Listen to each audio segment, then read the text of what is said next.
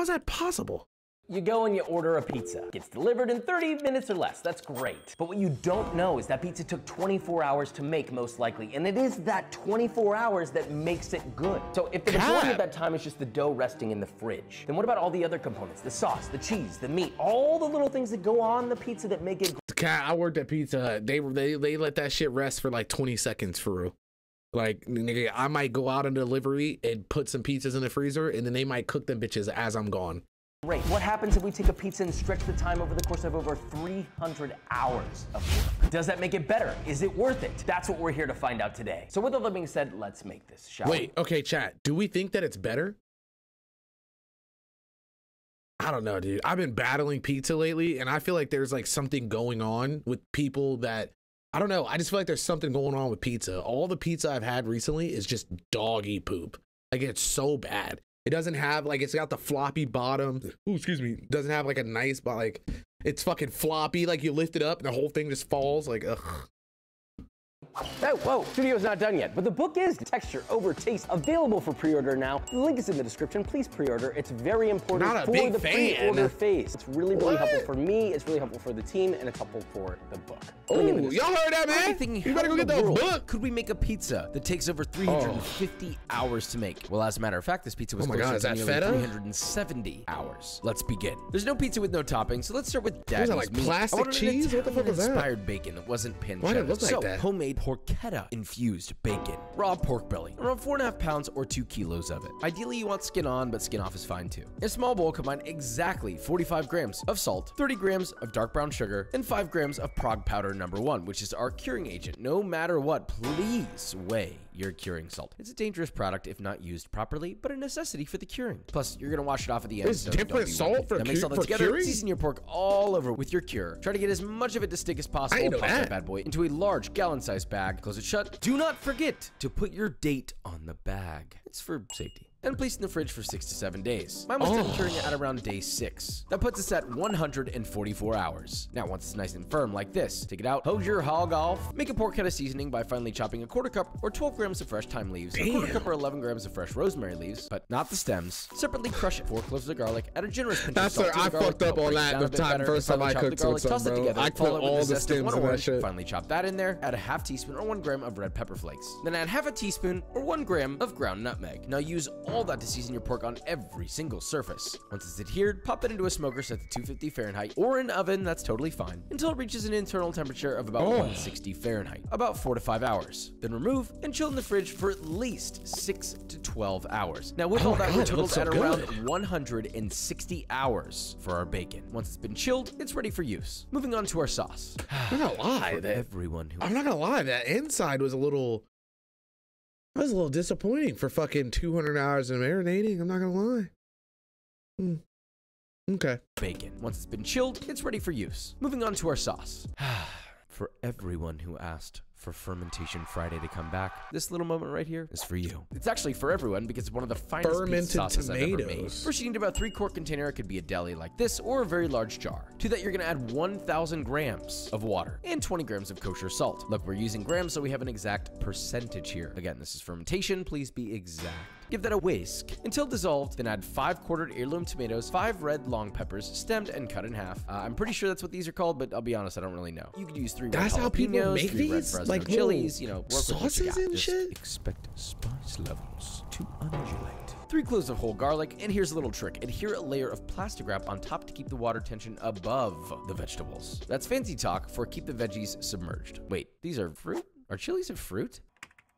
Oh my God, they are. So are the tomatoes. What? We're making a little garlic fruit sauce. Anyway, you may need to add a chilies little are fruit? a small container filled with a little bit of water to keep them submerged. Now top with cheesecloth. Use a piece of kitchen twine to adhere, to tie it on. And this is the most important step of all. Wait, why do you need cheesecloth? Please label with today's date. Okay, you're letting this sit out for 5 full days. You need to know what. Wait a minute, what was the day that I did this? Yeah, exactly. You got to remember. Now after 5 days, we've officially added another 120 hours to our time, putting us at a grand total of 280 hours out of our 350-hour plus trek. These are...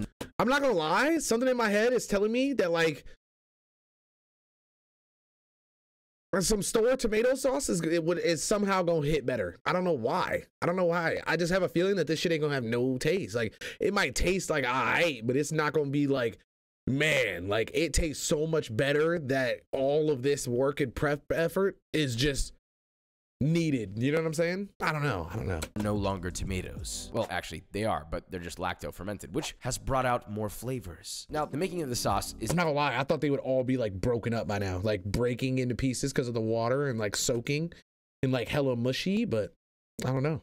easy. Fish out all the solids from your ferment, pop it into a blender, and start blending on high speed. Add 2 tablespoons or 25 grams of extra virgin olive oil and 1 tablespoon of tomato paste. Blend that all together till as smooth as possible. Taste and adjust salt if needed, and well, that's it. You want to preserve the flavors from that ferment until we blast them in our oven. Shout out to my boys at Gosney. Let's talk dough. One of the most requested bread recipes of mine is a sourdough pizza, and well, Papa is here to give you a gift. This sourdough pizza dough. God, in order to make sourdough, you need to begin with a fully matured sourdough starter. That means feed it and let it sit for 24 hours at room temperature, and then you can use it. So now we're at 304 hours. Once your starter is mature, get a large bowl and add 540 grams of water at 95 Fahrenheit. Yes, we gotta use grams here. Look, I got a pizza needs a precision. Sorry to the Italian homies watching. Now add 2 grams of instant yeast and 40 grams of mature sourdough starter. Mix that by hand until incorporated, and then mix in 16 grams of fine sea salt. No, it doesn't kill the yeast. The yeast is just fine. Okay, the salt's just gonna slow the fermentation slightly, which we want. Mix that by hand. Now follow that with 800 grams of double O tipo flour. That's just a special Italian pizza flour. You can find it at many grocery stores. Whole Foods has it. And 25 grams of whole wheat flour. Mix that bad boy for about a minute or until you get a shaggy dough, and then knead for 3 to 4 more minutes or until it begins to turn smooth. Yes, it'll start sticky, but then as you knead, it'll become nice and supple and release from your hand beautifully. Grease your bowl with extra virgin olive oil. Swirl your ball to coat. Now cover that with plastic wrap. Pop it in the fridge for 14 hours to rise, which puts us at 318 hours. But we've still got a long way to go until we get to over 350. How you get once that your dough has risen browning in on the that fridge, fucking take that bad boy out, crust, divide bro? it evenly into 5 pieces, That shit's around so 250 perfect. grams each. Generously dust a proofing container or a sheet It was tray with literally flour. like every piece of crust that you were gonna cut off was gonna have a little bit of black on there, like a little char. Plastic wrap and proof for 6 hours at room temperature. Now we stand at 324 hours total. Now at this point, once those are done proofing, we're ready to move on. So let's finish up our toppings. Now, although we're putting Mezzi mozzarella here, I thought we need a little something more special in conjunction with that. The cottage cheese? In a medium sauce pot, add half a gallon.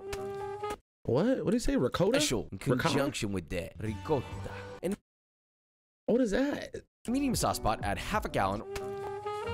Or a little over 1 3/4 liter of milk. Heat that bad boy to exactly 180 Fahrenheit or 83 degrees Celsius. Gently stir in a 1/4 cup or 60 milliliters of lemon juice. Let that cook and sit at that 180 Fahrenheit temperature, stirring occasionally for 40 minutes. Now cut off the heat, let that cool slightly, then ladle into a fine mesh sieve lined with cheesecloth. Set over a container or a large bowl to catch the... I wonder if his life got easier when he bought that hot plate.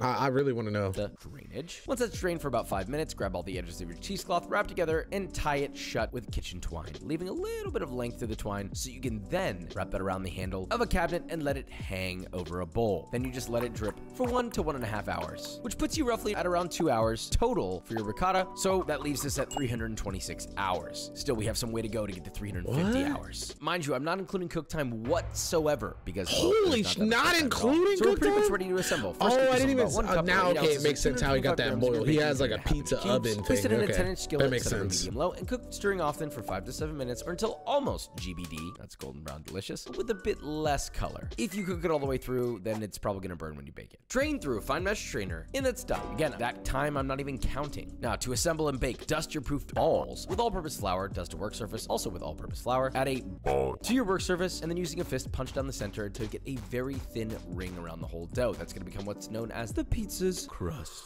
At that point, drape the dough around your closed fist and gently rotate around the perimeter to lightly stretch it, letting gravity do the work for you until you get it about 10 inches wide. At that point, stretch it a bit with your hands on the board, flouring as needed until you get in an 11 to 12-inch circle. Add a nice quarter. Oh, see, I would be so fucked up making this only because I'm like such a perfectionist that like this little piece of dough being like a tiny bit bigger right here would be fucking with my head. Oh, it'd make my mind just hurt.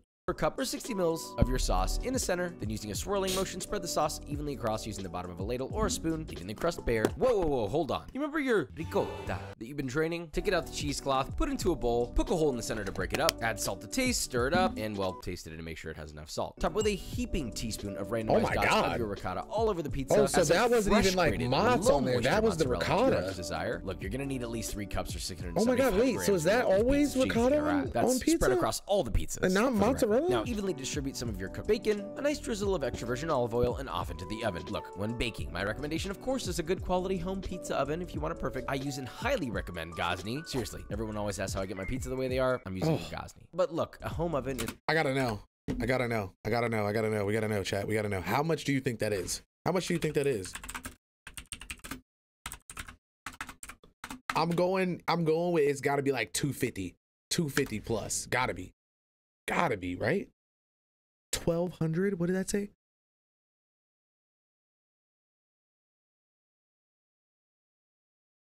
Nigga, what?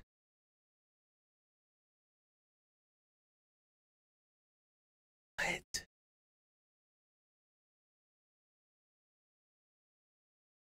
Okay. Oh, this one got like wood chips, like all types of shit. Okay, hold on.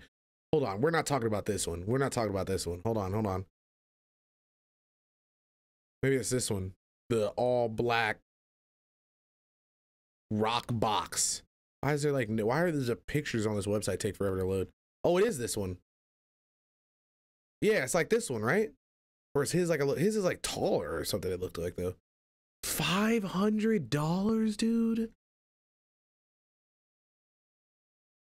What the fuck? Like, is that not, that's crazy, right? Bro, what is this website? Is this my internet? Why is this loading like this? You can win a $250. That's how you know websites are wildin'. $250 gift card, nigga. What? You gotta give me like almost $500 in a gift card because it costs $2,000 for anything else. Is always a viable option. It's not going to be the same, but if you do that with the pizza stone, then you can still have some decent pizza. Anyway, I popped the pizza, in the pizza oven at around 700 to 750 degrees Fahrenheit for 50 seconds. Isn't that funny? We're going to spend literal hundreds of hours on this pizza just to cook it in 50 seconds. What in tarnation? Now, after the first 25 seconds, I half rotated to get the color on the other side of the crust and let it bake for another 25 to 30 more seconds. Pull it out and look at that bubbling beauty. It's almost like it's staring back at me, doing a little dance for me. Now, place it on your counter and feel free to add some fresh herbs like fresh basil, fresh parsley, maybe some lemon zest. Whoa, what's that being brushed on the crust? Is that a garlic butter? Wait a minute. That is the trick up my sleeve. Homemade cultured butter. Oh, that's how he finessed that. Quite literally get yourself a quart-sized container. That's how he made that crust look so goddamn delicious. Quarter cup or 125 milliliters of buttermilk. Stir that 7 times exactly. And what did I say before? Remember, always label a ferment unless you want me to show up and give you a little spanking, all right? I know some of you want that. Get your mind out of the gutter, all right? Cover with cheesecloth at room temp. Use a piece of kitchen twine to tie it on and let it sit for 36 hours. After that, you now have creme fraiche, which, by the way, looks so beautiful, I almost didn't want to do what came next. So throw it into a food processor and process on high until everything separates and you're left with, well, butter and liquid. Pour out that excess liquid, knead your butter with gloves on to squeeze out as much liquid from the butter as you can. Looks like ice cream. In ice water as I'm doing that. Then once you've pretty much drained your butter as much as possible, plop that into a bowl, add a touch of salt to taste, 4 cloves of garlic grated, then mix together with either a whisk or gloves until thoroughly incorporated. At that point, you just heat that in a small saucepan over medium-low until melted, and as you saw, brush on the crust of one of the most time-intensive pizzas I have ever made, which after adding that butter leaves us with a grand final total of over 365 hours of commitment time. Let's just hope that it was worth it.